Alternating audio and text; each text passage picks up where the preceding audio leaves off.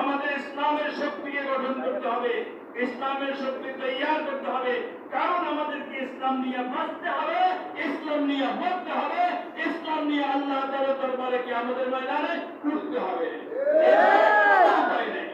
কাজে ইসলাম চান নিজের মাল হেফাজত করে, মাল থাকবে কতক্ষণ, মাল কতক্ষণ কাজে লাগবে, নিজের সম্পদ হেফাজত করবে কতক্ষণ কাজে লাগবে, কবরে গেলে তো জিজ্ঞাসা করবে তোমার দিন কি, জবাবে দিতে হবে কি ইসলাম, বানানো জবাব হবে না, প্রকৃত জবাব দিতে হবে। কাজে আমরা ইবাদত, ইসলাম ইবাদতের জন্য দলমত নির্বিশেষে আমরা সকল ছেলে মুসলমানদেরকে ঐক্যবদ্ধ করব। ভাই আপনারা রাজনীতি দল করেন, ওটা আপনার আলাদা ব্যাপার। কারণ আমরা কাউকে ক্ষমতা দেওয়ার জন্য, কাউকে ক্ষমতায় নেওয়ার জন্য রাজপথে শাহাদাত বরণ করি নাই। ইবাদতের ময়দানে শাপলা চত্বরে যারা শহীদ হয়েছে তারা কি কাউকে ক্ষমতায় দেওয়ার জন্য হয়েছে? তারা কি কাউকে ভোটে দিতে দেওয়ার জন্য হয়েছে?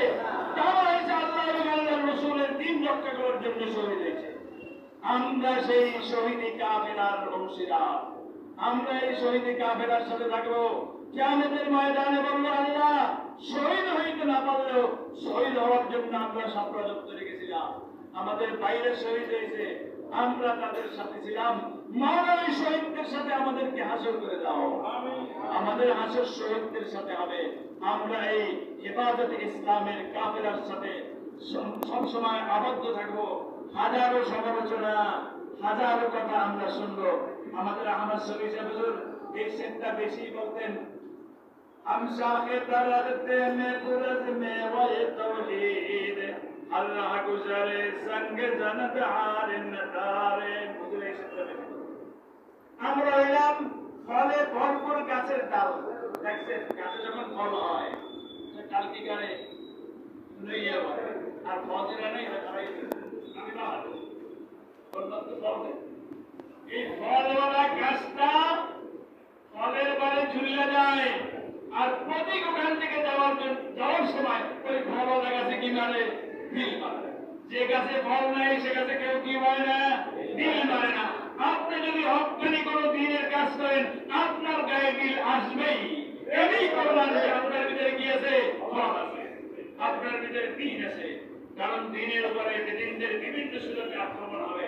কাজে আমরা আমাদের লক্ষ্য একটাই, আল্লাহ তাআলার দ্বীন সবচেয়ে বড় নেয়ামত। এটা হেফাজতের জন্য আমরা আমাদের সাধ্যমতো যা করার করব।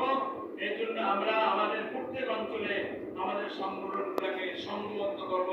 হাজারো মানুষ অনেক কথা বলবে, আমি আমার রবের সাথে কথা বলছি, মাওলা এই দলের সাথে আমি সংশ্লিষ্ট হয়েছি তোমার দ্বীন ইসলাম হেফাজত করার জন্য, ইসলামকে সম্মানিত করার জন্য। আমি আয়াত তেলাওয়াত করতে বলতেছি, হুয়াল্লাযী আরসালা রাসূলাহু বিল হুদা ওয়া দীনিল হক লিইয়ুযহিরাহু আলা দ্বীনি কুল্লি। আমরা বাংলাদেশে ৯২ লাখ মুসলমান, বলেন আমরা কি বাংলাদেশে ইসলামকে সবচেয়ে সম্মানীয় স্থানে স্থাপন করতে পারছি? পারি না। সর্বোচ্চ আদালতে আল্লাহর আইন আছে, ইসলামের আইন আছে নাই, সংসদে ইসলামের আইন আছে নাই। আমরা কি পাচ্ছি? আমরা কেন থামে গেছি? আমরা কিভাবে বিজয় পেলাম? আমাদের রাসূলের কাছ থেকে ইসলামকে সর্বোচ্চ সম্মানে আমরা প্রতিষ্ঠিত করব। যতক্ষণ পারবো না ততক্ষণ আমরা সীসা তালা প্রাচীরের মতো সংঘবদ্ধ হইয়া বাতিলের প্রতিরোধ করব।